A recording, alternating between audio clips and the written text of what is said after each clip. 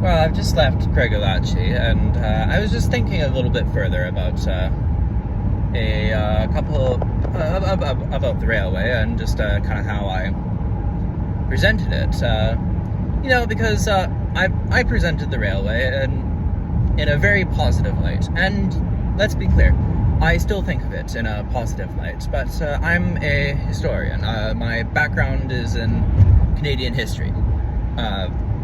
I might get details wrong. I'm pretty sure I actually got details wrong at Craigellachie because it's been years since I've studied it. But my background is in British imperial. I said Canadian history. It's really more imperialism, kind of British imperialism, which Canadian history is a part of, as is American history, as is imperialism in India. But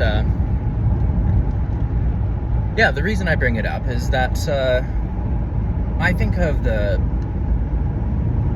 railway in a positive light. But there's a darker aspect to it too, and that I feel it's important to bring up.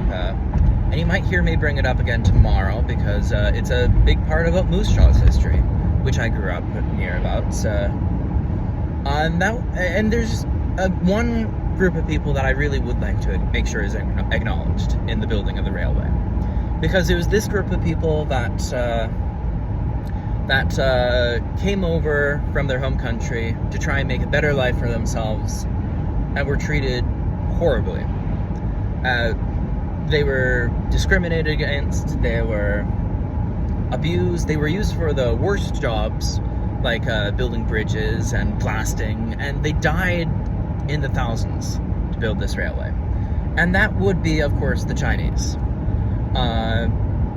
China, in the aftermath of the Opium Wars of the 1860s and 70s, and there's also a huge famine at the same time, and several rebellions in and around China in the latter half of the 19th century, leading into the 20th century.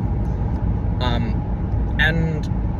obviously, it just wasn't a good time. So a lot of Chinese, they would come over, a lot of young Chinese men, they would hear the promise of a new country that was welcoming in immigrants, and they would want to be a part of that. So they came over they came over by boat to Canada, and they would land in Vancouver and Seattle, or like Seattle's in the States, obviously, but like they would land in Vancouver and Port Arthur and Victoria, kind of all these big ports in British Columbia and the Western Seaboard.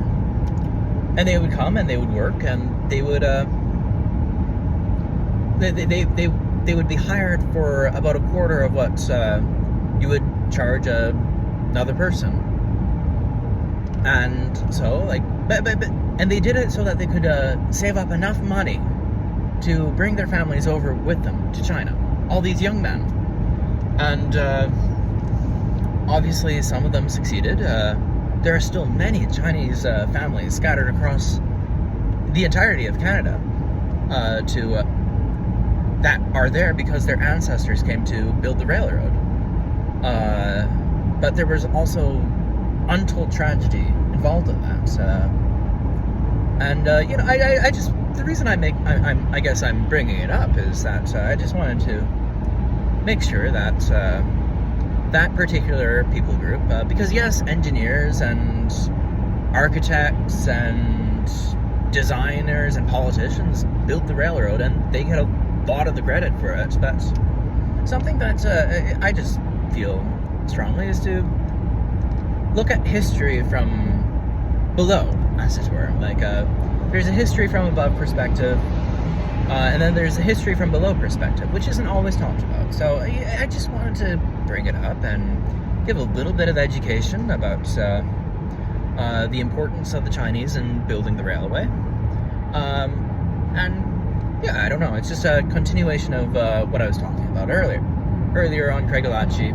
Again, I'm pretty sure I'm getting some details wrong. I haven't exactly written anything down, so I don't have a script, so I'm just rambling, and since I'm in the car, I'm gonna ramble at you guys.